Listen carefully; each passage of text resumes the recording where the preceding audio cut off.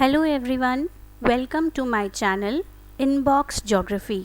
और आज हम इस वीडियो में ह्यूमन ज्योग्राफी, उसकी डेफिनेशन, नेचर और स्कोप को डिस्कस करेंगे। यानी मानव भूगोल, उसकी जो भी परिभाषाएं हैं, प्रकृति और क्षेत्र। हम सबसे पहले ये समझ लेते हैं कि ज्योग्राफी का मतलब क्या होता है। हालांकि आप लोगों ने बहुत बार इसको सुना और पढ़ा होगा, पर एक बार हम बिल्कुल बेसिक कंसेप्ट से स्टार्ट कर लेते हैं। तो इंग्लिश में भूगोल को ज्योग्राफी कहते हैं, जिसमें जो वर्ड ग्रीक वर्ड ज्योग्राफिया से लिया गया है। ये ज्योग्राफिया जो शब्द है, ये भी दो शब्दों से मिलके बना हुआ है, जियो और ग्राफिया। जियो का मतलब है अर्थ और ग्राफिया का मतलब है स्टडी। अगर हम दोनों शब्दों को कंबाइन कर देंगे तो इसका मतलब निकलेगा ऐसी स्टडी जो हमारी पृथ्वी के बारे में है। तो यानी जब भी हम ज्योग्राफी पढ़ेंगे तो हम किसके बारे में पढ़ रहे हैं? हम पूरी पृथ्वी के बारे में पढ़ रहे हैं। आइए हम देखते हैं कि सबसे पहले ज्योग्राफी को एक साइंस के रूप में देखा जाता था, लेकिन किस तरह। तो सबसे पहले ज्योग्राफी को ये सोच के पढ़ा जाता था कि वो सिर्फ कंसंट्रेटेड है अर्थ और उसके एलिमेंट्स की तरफ। यानी जब भी हम ज्योग्राफी के बारे में बहुत साल पहले लोग ऐसा सोचते थे कि जब वो ज्योग्राफी के वो साइंस के रूप में देख रहे हैं तो वो सिर्फ अर्थ और उसके डिफरेंट एलिमेंट्स, यानी जितनी हमारी पृथ्वी है, पहाड़ पर्वत हैं और उसकी जो जलवायु है, सिर्फ इसका जो हम वर्णन पढ़ रहे हैं वो सिर्फ इसके आसपास ही घूम रहा है। अर्थ और उसके एलिमेंट्स या पृथ्वी और उसके तत्वों के बारे में पढ़ा जाना ही ज्योग्राफी माना जाता था। उस समय ये माना जाता था कि जो प्रकृति है वो पूरी तरीके से डोमिनेंट है ह्यूमन बींग्स के ऊपर। यानी कि जो मानव है या मनुष्य है वो प्रकृति का दास है, जिसे हम डिटर्मिनिस्टिक अप्रोच भी कहते हैं। या हिंदी में आपने देखा होगा निश्चयवाद की जो संकल्पना थी वो इस वक्त बहुत डोमिनेंट थी कि प्रकृति ही सर्वे सर्वा है। धीरे धीरे ये जो अप्रोच है वो धीरे धीरे बदलने लगी। तो मैंने इसको एक क्रोनोलॉजिकल सीक्वेंस के थ्रू यहाँ पर एक डायग्राम के थ्रू दिखाया है। तो 19वीं सेंचुरी से पहले यही सोच सबसे ज़्यादा प्रेवलेंट थी कि नेचर डोमिनेंट है, ह्यूमन बीइंग तो सिर्फ उसका एक पार्ट है। तो लेकिन धीरे धीरे 19वीं सेंचुरी के बाद बदलाव आने लगा और लोगों को ये समझ में आने लगा कि ऐसा नहीं है कि सिर्फ प्रकृति का ही प्रकृति सर्वे सर्वा है, बल्कि ह्यूमन बीइंग भी कंटिन्यूसली उसके आसपास के एनवायरनमेंट के साथ वो इंटरैक्ट करता है और उसके साथ उसकी कांस्टेंट रिलेशनशिप है। एनवायरनमेंट भी ह्यूमन बीइंग के ऊपर बहुत असर डालता है।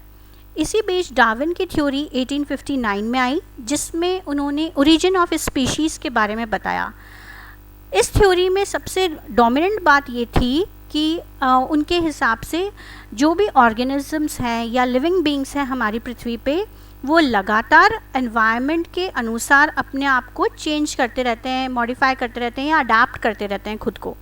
और जो ऑर्गेनिज्म अडाप्ट नहीं कर पाते हैं टेम्परेचर और दूसरे डिफरेंट चेंजेस जो उनके आसपास हो रहे हैं, तो वो एक्सटिंक्ट हो जाते हैं, वो ख़त्म हो जाते हैं। और जो भी ऑर्गेनिजम्स सर्वाइव करना चाहते हैं उन्हें लगातार अपने बदलते हुए एनवायरनमेंट या पर्यावरण के हिसाब से खुद को ढालना पड़ता है।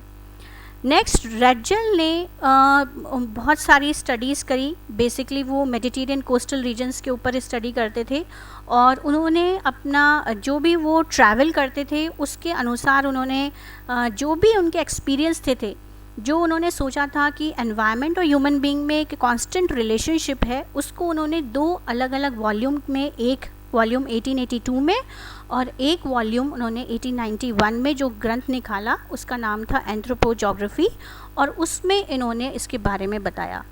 इसके अलावा विदाल दे ब्लाश और कंटिन्यूसली इसमें बहुत सारे जोग्राफर्स जुड़ते रहे, एलन सैम्पल जुड़ते रहे।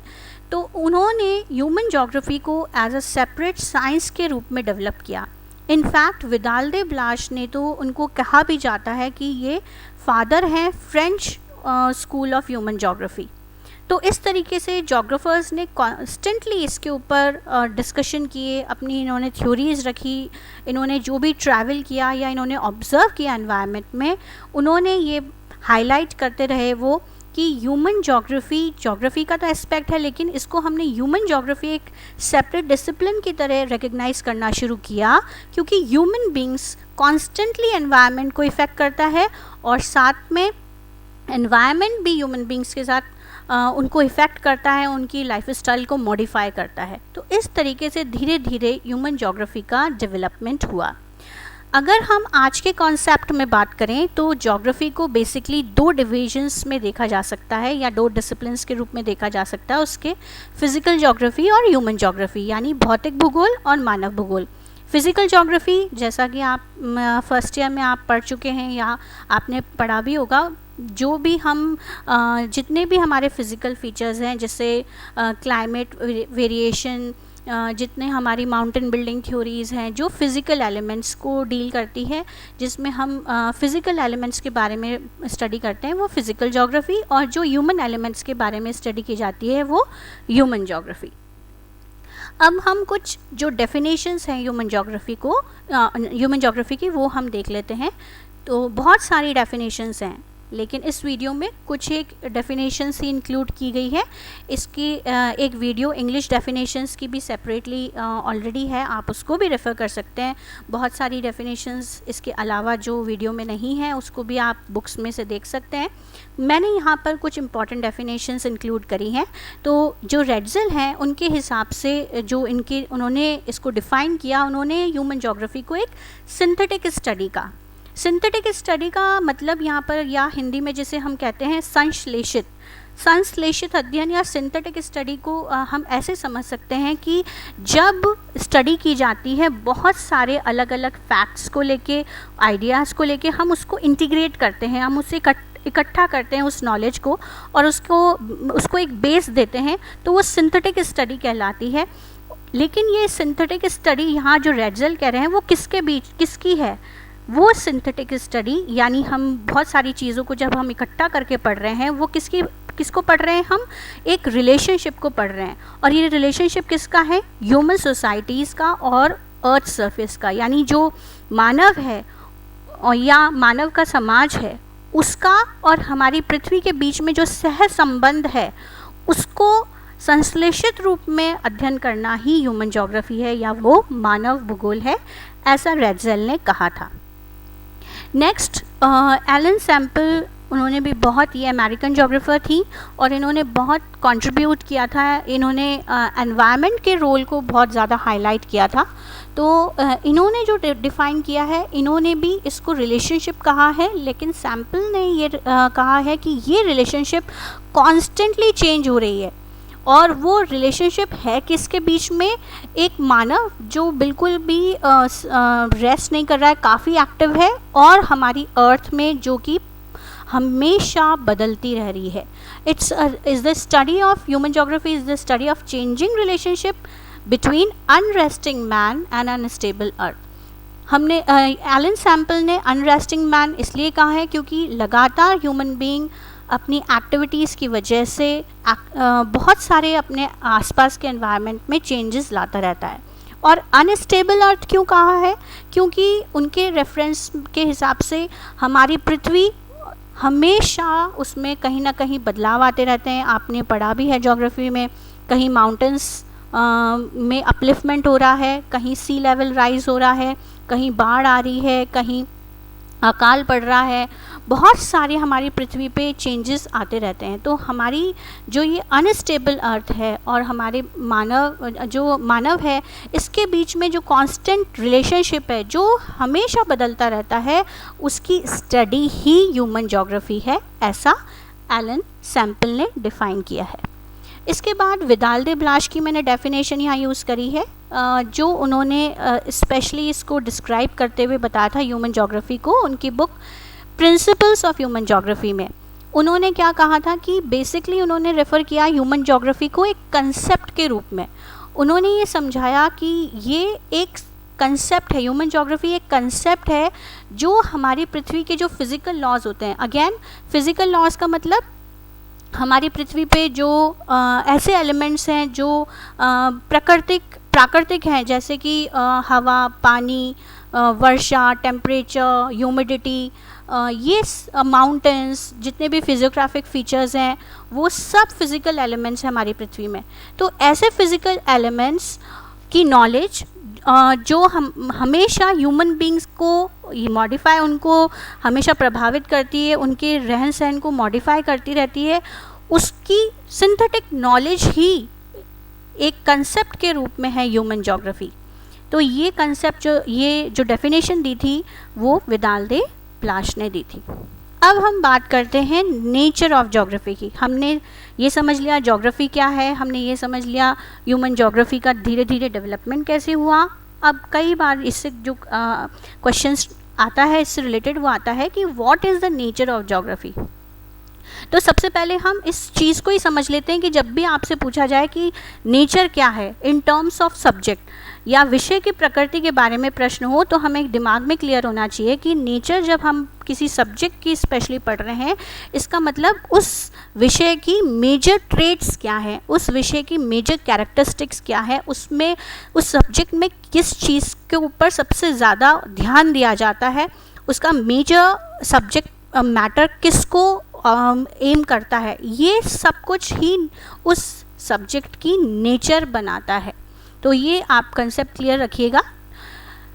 बेसिकली मैंने यहाँ पर लिस्ट आउट करा है 4 मेजर पॉइंट्स जो ह्यूमन ज्योग्राफी के रेफरेंस में है। तो सबसे पहले है इंटीग्रेटिव। जो नेचर है ह्यूमन ज्योग्राफी की वो है इंटीग्रेटिव, इंटरडिसिप्लिनरी, एम्पेरिकल और डायनामिक। ह्यूमन ज्योग्राफी जैसा हम पहले भी डिस्कस कर चुके हैं, ये स्टडी करता है inter relationship between physical environment और सोशल कल्चर एनवायरनमेंट। लेकिन हम इसको इंटीग्रेटिव क्यों कह रहे हैं? इंटीग्रेटिव मतलब एकीकृत, यानी कि हम इसमें जो भी पढ़ रहे हैं या हम जो भी इसका विषय है वो आपस में सब कुछ जोड़ के हम पढ़ते हैं। हम ये नहीं कर सकते हैं कि ह्यूमन ज्योग्राफी में सिर्फ ह्यूमंस को स्टडी करें और उसके फिजिकल एलिमेंट्स जो पृथ्वी के हैं उसको हम अलग कर दें, लेकिन ये पॉसिबल ही नहीं है। हमें अगर ह्यूमन ज्योग्राफी में किसी चीज़ को स्टडी करना है तो हमें ह्यूमन बींग्स को भी पढ़ना पड़ेगा, उसके एनवायरनमेंट को भी पढ़ना पड़ेगा, उन फैक्टर्स को भी समझना पड़ेगा जो उसकी लाइफ को लगातार अफेक्ट कर रहे हैं। बहुत सारी अलग अलग एस्पेक्ट्स को हमें कंसिडर करते हुए पढ़ना है। इसीलिए ना ह्यूमन ज्योग्राफी को एक इंटीग्रेटिव नेचर की स्टडी कहा गया है। नेक्स्ट, इसकी नेचर इंटरडिसिप्लिनरी भी बताया गया है। इंटरडिसिप्लिनरी का मतलब है कि बहुत सारे अलग अलग डिफरेंट डिसिप्लिन्स इसके साथ जुड़े हुए रहते हैं। ह्यूमन ज्योग्राफी में साइंस भी आ जाता है, जैसे हमने अभी ओरिजिन ऑफ स्पीशीज़ का एग्जाम्पल दिया। ह्यूमन ज्योग्राफी इकोनॉमिक्स से भी रिलेटेड है, क्योंकि ह्यूमन हमेशा इकोनॉमिक एक्टिविटीज़ करता रहता है, लाइवलीहुड पैटर्न उसके डिफ़र करते रहते हैं, हम उसे स्टडी करते रहते हैं। ह्यूमन ज्योग्राफी पॉलिटिक्स से भी जुड़ा हुआ है, ह्यूमन ज्योग्राफी पॉपुलेशन स्टडीज़ से भी जुड़ा हुआ है, ह्यूमन ज्योग्राफी हिस्टोरिकल भी है क्योंकि हम सिविलाइजेशंस को पढ़ते हैं। तो हम ह्यूमन ज्योग्राफी को अलग से बिल्कुल सेपरेट डिसिप्लिन ना मानते हुए इंटरडिसिप्लिनरी मानते हैं कि वो सारे सब्जेक्ट से कहीं ना कहीं जुड़ा हुआ है। नेक्स्ट आता है एम्पेरिकल।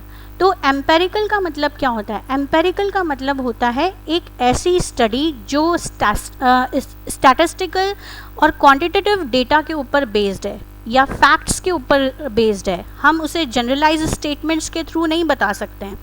तो ह्यूमन ज्योग्राफी की जो नेचर है वो भी एम्पेरिकल है, यानी फैक्ट्स पे बेस्ड है। हम ये कैसे कह सकते हैं? जैसे कि जो पॉपुलेशन स्टडीज़ होती हैं वो सब के सब या सर्वे होते हैं, वो प्रॉपर डेटा के ऊपर उनका एनालिसिस करके एक रिपोर्ट बनाते हैं या उसके बारे में हम एक डिटेल सर्वे की रिपोर्ट तैयार करते हैं, उसको स्टडी किया जा सकता है। तो ये सब कुछ कैसे होता है? एक डेटा के फॉर्म में होता है, यानी स्टैटिस्टिकल हमने इन्फॉर्मेशन निकाली, उसको हम एक फैक्ट्स के बेसिस पे स्टडी कर रहे हैं।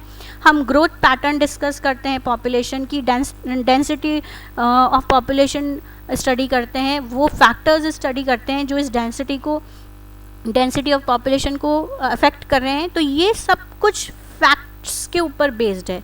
इसीलिए मैंने यहाँ पर सिर्फ एक एग्जांपल दिया है पॉपुलेशन का, और भी बहुत सारी चीज़ें हैं जिसकी वजह से इसको ह्यूमन ज्योग्राफी को एम्पिरिकल नेचर का कहा गया है, यानी प्रयोग सिद्ध है ये ह्यूमन ज्योग्राफी। नेक्स्ट, इसकी जो नेचर है वो डायनामिक है, यानी हिंदी में जिसे हम कहते हैं गत्यात्मक। इसका मतलब क्या है कि हम इसे गत्यात्मक या डायनामिक क्यों कह रहे हैं, क्योंकि लगातार ह्यूमन बींग्स एक स्टैटिक नहीं है। ह्यूमन बींग कभी भी, ह्यूमन बींग की नेचर ही डायनामिक है और ह्यूमन ज्योग्राफी हमेशा चेंज होती रहती है। जैसे हम अगर सिविलाइजेशन की बात करें, बहुत पहले जो हमारी ह्यूमन सिविलाइजेशन थी वो स्टोन एज के अंदर बिल्कुल हंटिंग उनकी मेजर लाइवलीहुड थी। जैसे जैसे डेवलपमेंट हुआ, ह्यूमन सोसाइटी डेवलप होती रही, उनके लाइवलीहुड पैटर्न्स चेंज होते रहे। सिविलाइजेशन से वो और दूसरी तरीके के जो अर्बन सेटलमेंट के पैटर्न्स हैं उनकी तरफ वो डाइवर्ट होती रही। तो ह्यूमन बींग्स लगातार चेंज हो रहे हैं और इसी वजह से हम कह रहे हैं कि क्योंकि ह्यूमन ज्योग्राफी ह्यूमन्स को स्टडी करती है, उसके आसपास के एनवायरनमेंट को स्टडी करती है, इसीलिए ह्यूमन ज्योग्राफी की नेचर भी डायनामिक है, यानी वो कॉन्स्टेंटली चेंज हो रही है। जैसे हम इसको कंपैरेटिवली भी स्टडी कर सकते हैं। यहाँ मैंने एग्जाम्पल लिया है इलस्ट्रेशन के लिए कि जो फिज़िकल एनवायरनमेंट है, ह्यूमन ज्योग्राफी क्या करती है कि फिज़िकल एनवायरनमेंट कैसे ह्यूमन बीइंग की लाइवलीहुड पैटर्न्स पे, ह्यूमन बीइंग के जो उनका व्यवहार है उसके ऊपर असर डालता है। जैसे एक जो आपको फोटोग्राफ दिख रही है, ये एक हिली रीजन की है जहाँ पर लोगों का घर, उनके रहने का तरीका, उनका ड्रेसिंग सेंस बिल्कुल अलग है और इसी का कंपैरिजन हम कर सकते हैं ऐसे लोगों से जो डेजर्ट रीजन में है और उनका लाइवलीहुड पैटर्न बिल्कुल अलग है। तो ये डिफरेंस इन लाइवलीहुड पैटर्न आया क्यों? क्योंकि एनवायरनमेंट वहाँ पर ऐसी कंडीशंस थी जिसके हिसाब से ह्यूमन बींग्स ने अपने आप को अडेप्ट किया, एडजस्ट किया और उसके हिसाब से उन्होंने अपने आप को ढाला। इस तरीके से हम कह सकते हैं कि ह्यूमन ज्योग्राफी जो फिज़िकल एनवायरनमेंट है वो कैसे अफेक्ट करती है ह्यूमन बींग्स को और ह्यूमन बींग्स कैसे एनवायरनमेंट को इफ़ेक्ट करते हैं, इन दोनों की जो म्यूचुअल रिलेशनशिप है, इंटरडिपेंडेंस की रिलेशनशिप है, वो ही स्टडी की जाती है ह्यूमन ज्योग्राफी में। अब हम पढ़ते हैं कि ह्यूमन ज्योग्राफी का स्कोप क्या है। बेसिकली मैंने इसी कंसेप्ट को समझाने के लिए यहाँ पर एक डायग्राम यूज़ किया है जो मैंने ही बनाया है। इसमें जैसा आप डायग्राम में देख सकते हैं, सेंटर में ह्यूमन बीइंग है और उसके आसपास एक तरफ ऊपर की तरफ फिज़िकल एनवायरनमेंट है और दूसरी तरफ जो कल्चरल और इकोनॉमिक एनवायरनमेंट जो ह्यूमन बीइंग तैयार करता है वो है। तो फिज़िकल एनवायरनमेंट ह्यूमन बीइंग पे कॉन्स्टेंटली असर डाल रहा है। अब अगर हम फिज़िकल एनवायरनमेंट की बात करें तो उसमें क्या क्या आ जाता है, जितने भी पेड़ पौधे हैं, एनिमल्स हैं, फ्लोरा फौना, जितने भी बायोटिक एलिमेंट्स हैं वो सब फिज़िकल एनवायरनमेंट का ही पार्ट होते हैं। जो फिजियोग्राफी है यानी उच्चावच है, जलवायु है, सॉइल, रॉक्स है, ये सब भी फिज़िकल एनवायरनमेंट का ही पार्ट है जिसे हम फिज़िकल एलिमेंट्स भी कहते हैं। इसके अलावा जो जोग्राफिकल लोकेशन है, लैंडस्केप है, वो सब भी एब्स्ट्रैक्ट एलिमेंट्स के रूप में फिज़िकल एनवायरनमेंट में का ही एक पार्ट है। तो ये फिज़िकल एनवायरनमेंट कॉन्स्टेंटली स्टडी किया जाता है in terms of how this physical environment affect human beings. ये सब कुछ जो भौतिक तत्व हैं ये हम मानव को कैसे प्रभावित करते हैं, ये सब्जेक्ट मैटर बनता है या विशेष क्षेत्र बनता है ह्यूमन ज्योग्राफी का। इसके साथ ही ह्यूमंस भी अपने एनवायरनमेंट को लगातार इफ़ेक्ट करते रहते हैं। कैसे इफ़ेक्ट करते रहते हैं? क्योंकि वो इकोनॉमिकली एक्टिव रहते हैं, उनकी इकोनॉमिक एक्टिविटीज़ जो होती हैं वो लगातार एक कल्चरल एनवायरनमेंट भी तैयार करती हैं। अगर हम कहते हैं कि सांस्कृतिक वातावरण, कल्चरल एनवायरनमेंट में सांस्कृतिक वातावरण, तो कल्चरल एनवायरनमेंट में क्या चीज़ें आ जाती हैं? Elements needed related to the basic needs, जो हमारी ह्यूमन बीइंग की बेसिक नीड्स हैं, फूड, क्लोथ्स, शेल्टर, रोटी कपड़ा मकान। उसकी इकोनॉमिक एलिमेंट्स जो बहुत इम्पॉर्टेंट है उसके लिए, जैसे कि activities related to production, trade, commerce, construction, means of transport, ये सारे इकोनॉमिक एलिमेंट्स हैं जो उसके कल्चरल एनवायरनमेंट का ही पार्ट है।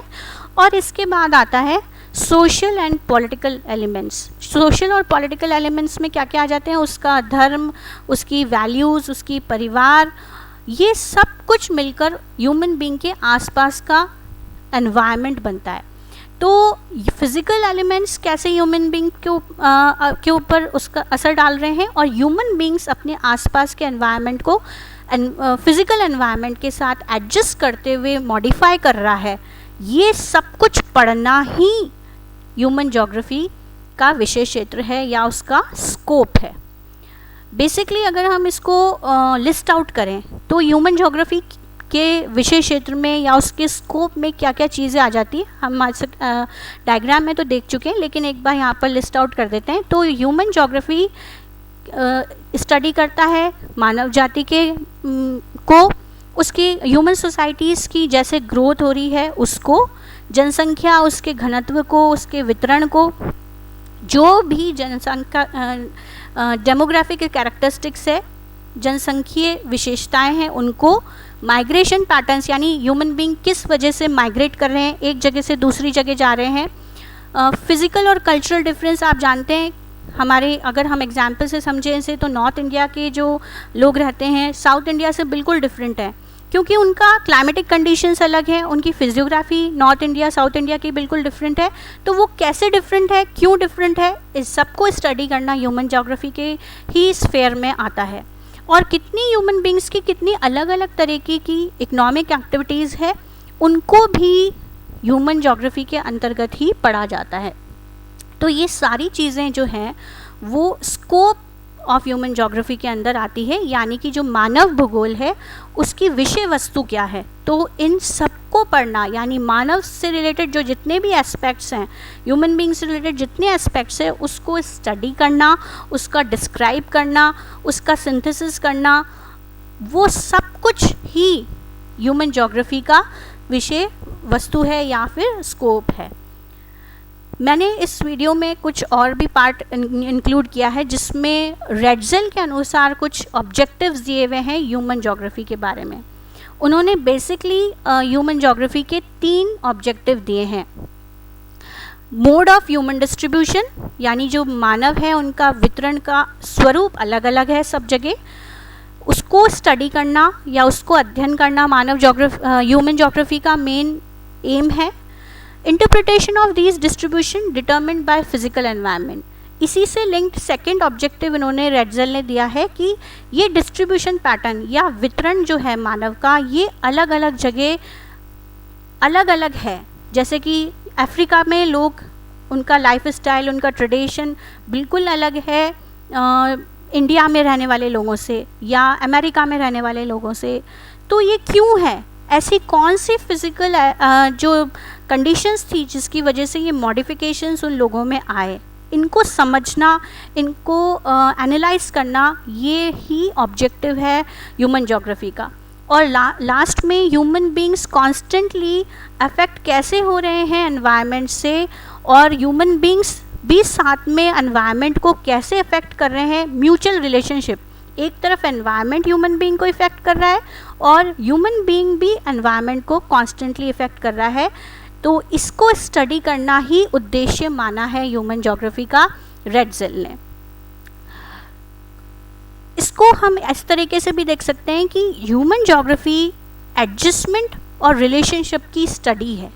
अगर हम एडजस्टमेंट की बात करें तो किस तरीके का एडजस्टमेंट, इकोनॉमिक एडजस्टमेंट और सोशल कल्चरल एडजस्टमेंट और पॉलिटिकल एडजस्टमेंट, किसके साथ, प्रकृति के साथ। और ये जो रिलेशनशिप इन सब के बीच में है, मानव और उसके वातावरण के बीच में, ये ही ह्यूमन ज्योग्राफी है। इसके बाद जो आप ये टॉपिक है उससे रिलेटेड कुछ यहाँ मैंने क्वेश्चंस भी लिए हैं जो पूछे जा सकते हैं, कई बार यूनिवर्सिटी में पूछे जाते हैं इस तरीके क्वेश्चंस। तो डिफाइन ह्यूमन ज्योग्राफी यानी आपको परिभाषाएं पूछी जा सकती हैं। नेचर ऑफ ह्यूमन ज्योग्राफी यानी भूगोल की, मानव भूगोल की प्रकृति क्या है, इसके स्कोप को आप ब्रीफली समझाएं। विदाल दे ब्लाश ने ह्यूमन ज्योग्राफी के बारे में उनके क्या थॉट्स थे या व्यूज़ थे वो आपको इलैबोरेट करने के लिए पूछा जा सकता है।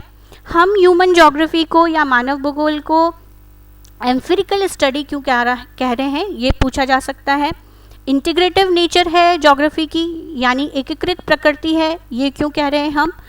मल्टी डिसिप्लिनरी नेचर है ह्यूमन ज्योग्राफी के, इसके ऊपर भी आपसे क्वेश्चन पूछा जा सकता है। नेक्स्ट जो एक एग्जाम्पल भी आपसे पूछ रहा है कि ह्यूमन बींग्स लगातार ही अपने एनवायरनमेंट के साथ इंटरैक्ट करते रहते हैं और ये इंटरैक्शंस लगातार एनवायरनमेंट और ह्यूमन बींग्स में चेंजेस लाते हैं, इसको आप एग्जाम्पल के रूप में समझाएं। ऐसे बहुत सारे एग्जाम्पल्स हमने अभी इस वीडियो में हमने उनके बारे में बात करी है, तो आप कोई सा भी एग्जाम्पल आप इसके अंदर इस क्वेश्चन के आंसर में आप लिख सकते हैं। होप सो कि इस वीडियो से आपको हेल्प मिली हो definition, nature and scope of human geography में। If you like the video, please do hit the like button, share and subscribe for this channel. Inbox